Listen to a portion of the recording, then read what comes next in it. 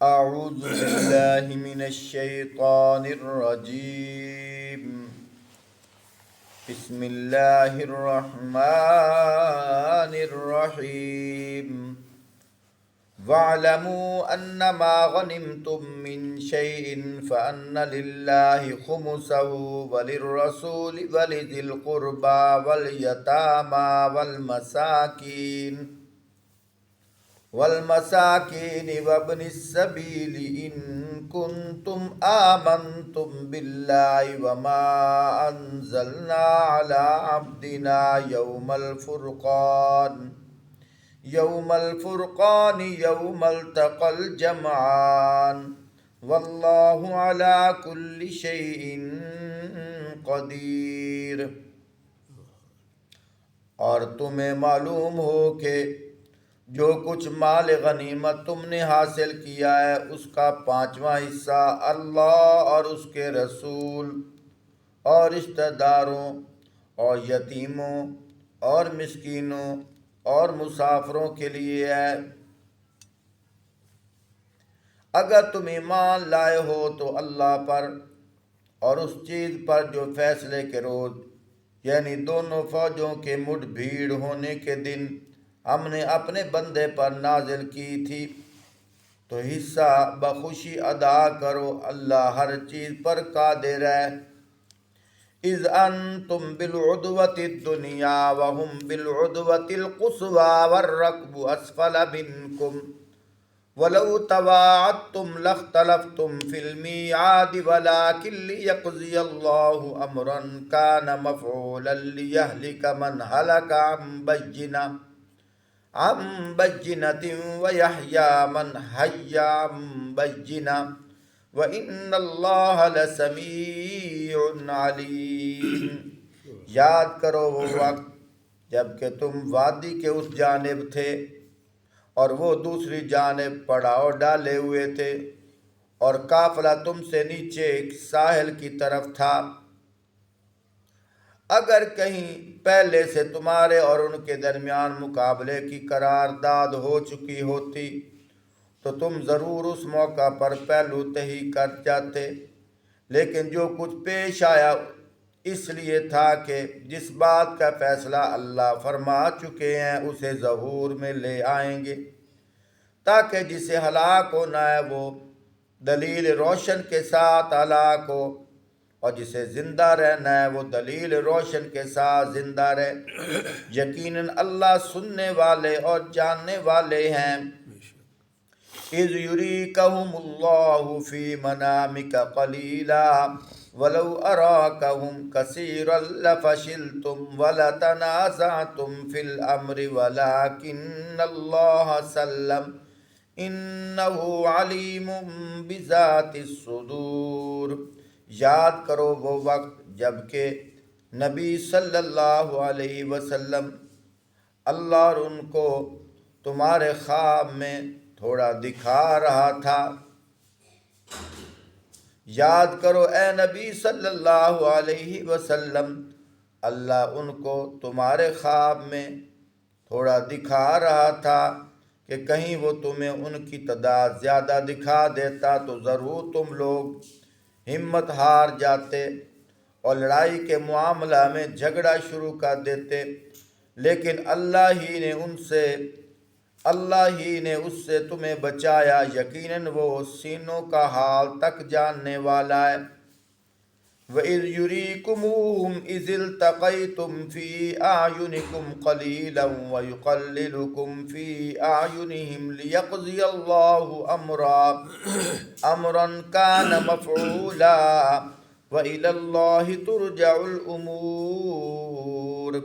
یاد کرو جب کہ مقابلہ کے وقت اللہ نے تم لوگوں کی نگاہوں میں دشمنوں کو تھوڑا دکھایا اور ان کی نگاہوں میں تمہیں کم کر کے پیش کیا، تاکہ جو بات ہونی تھی اسے اللہ ظہور میں لے آئے، اور آخر کار سارے معاملات اللہ ہی کی طرف رجوع ہوتے ہیں۔ محترم سامعین، الحمدللہ آج 10واں پارہ شروع ہو چکا ہے۔ اس کی پہلی آیت کے اندر اللہ پاک مال غنیمت کے بارے میں ارشاد فرما رہے ہیں۔ بات یہ ہے، یہ جو مسلمان اور کافر کے درمیان، یہ میں کیوں کہہ رہا ہوں، اس لیے لڑائی برادری میں بھی ہو جاتی ہے، لڑائی دکاندار اور گاہک کے درمیان بھی ہو جاتی ہے، تو جو زورور ہے مال غصب کر لیتا ہے، وہ مال غنیمت نہیں ہے۔ اس لیے میں نے 7 وضاحت کی ہے کہ جو مسلمان اور کافر کے درمیان اسلام اور کفر کی جنگ ہو، اور پھر کافر مغلوب ہو جائے اور مسلمان غلبہ پا لے، جو اس کے پاس سامان ہے وہ مسلمان اپنے پاس قبضے میں لے لے، وہ مال غنیمت ہے۔ اگر جنگ کے علاوہ کسی کافر کا مال غصب کر لیا، وہ مال غنیمت نہیں۔ یہ نہیں کہ پڑوسی کو گھر کافروں کا ہے، دیوار پھلانگ کر جائیں اور سامان اٹھا لیں، بھئی کافر ہیں ہم مسلمان ہیں، مال غنیمت ہے۔ یہ چوری تو ہو سکتی ہے، مال غنیمت نہیں۔ اصل جو اللہ پاک یہاں بتانا چاہتے ہیں، شروع سے کفر اور اسلام کی جنگ آ رہی ہے، حق اور باطل کے درمیان لڑائی ہو رہی ہے، اور آپ صلی اللہ علیہ وآلہ وسلم نے ارشاد فرمایا، الجہاد ماضٍ الی یوم القیامہ، جہاد قیامت تک جاری رہے گا۔ تو پہلے جو انبیاء علیہم السلام کے زمانوں میں مسلمانوں اور کافروں کے درمیان جنگیں ہوتی تھیں، تو اس وقت بھی مال غنیمت حاصل ہوتا تھا، لیکن خود کھانا استعمال کرنا اللہ کی طرف سے ممانعت تھی۔ کیا کرنا ہے؟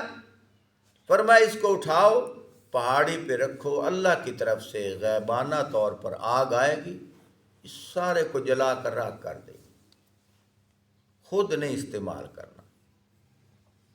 آپ صلی اللہ علیہ وآلہ وسلم کے زمانے میں یہ حکم آیا، حضور صلی اللہ علیہ وآلہ وسلم فرما رہے ہیں، وَأُحِلَّتْ لِيَ الْغَنَائِمُ، اللہ پاک نے میری امت میں مال غنیمت کو حلال کر دیا ہے۔ سبحان اللہ۔ اس کی ایک وجہ یہ بھی ہے، پہلے جو انبیاء ہوتے تھے وہ ایک بستی کے لیے، ایک علاقے کے لیے مخصوص ہوتے تھے، انہوں نے تو کہیں آنا جانا نہیں، جنگ کی اور پھر اپنی آبادی میں رہے، وہاں روزگار وغیرہ کی سہولت حاصل کر سکتے تھے۔ تو آپ صلی اللہ علیہ وآلہ وسلم اور آپ صلی اللہ علیہ وسلم کی امت ایک جگہ کے لیے مخصوص تو نہیں ہے نا، پوری دنیا کے لیے، پوری کائنات کے لیے ہے۔ آپ صلی اللہ علیہ وآلہ وسلم کی نبوت کا سکہ اور آپ صلی اللہ علیہ وسلم کی دین کا کام پوری دنیا میں چلنا ہے، تو ایک جگہ مجاہد نہیں رہ سکتا، تو جب رہے گا نہیں کمائے گا کیسے؟ اس کی ایک وجہ یہ بھی ہے، اللہ پاک نے فرمایا حلال ہے، ایک قسم کی یوں سمجھو کہ اللہ کے ساتھ یہ بھی ایک تجارت ہے۔ اور یہاں کیا فرمایا گیا کہ مال غنیمت میں سے 5 حصے کرنے ہیں۔ مثال کے طور پر جیسے 100 روپے ہے، اس کے 5 حصے کیے تو ایک حصے میں 20 روپے آتے ہیں۔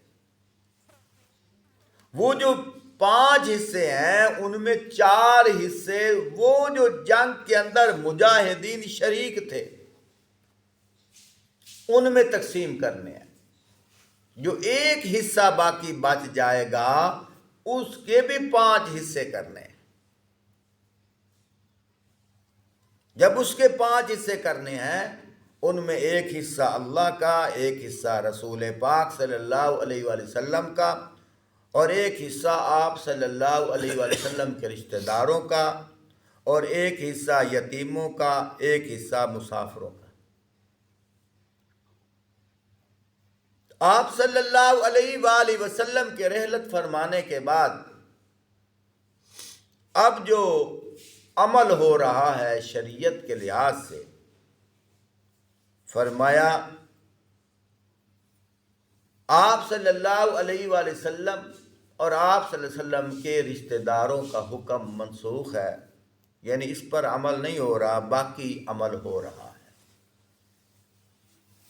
اور صحابہ اکرام کے زمانے کے اندر بھی اسی طرح تھا، آپ صلی اللہ علیہ وسلم کی رحلت فرمانے کے بعد۔ اس میں ایک بڑی عجیب بات قابل غور ہے، مال غنیمت آپ صلی اللہ علیہ وآلہ وسلم کے رشتہ داروں پہ حلال ہے، لیکن صدقات زکوٰۃ کا مال حرام ہے۔ اس کی کیا وجہ ہے؟ اس کی ایک وجہ یہ بھی ہے، یہ جو زکوٰۃ کا مال ہوتا ہے اس کے اندر شبہ ہوتا ہے۔ کیا خبر جو آدمی زکوٰۃ کا مال لے کے آ رہا ہے اس کی حلال کی کمائی ہوگی یا حرام کی؟ اور آپ صلی اللہ علیہ وآلہ وسلم اور آپ صلی اللہ علیہ وسلم کے جو رشتہ دار ہیں وہ تو پاک ہیں، تو اللہ پاک جس طرح ان کو پاک کیا ہوا ہے، اللہ پاک کی طرف سے ہے کہ ان کے پاس حرام مال بھی نہیں۔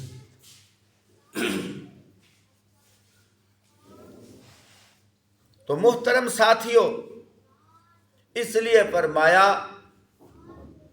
کیونکہ وہ جو مال کمایا ہوا ہوتا ہے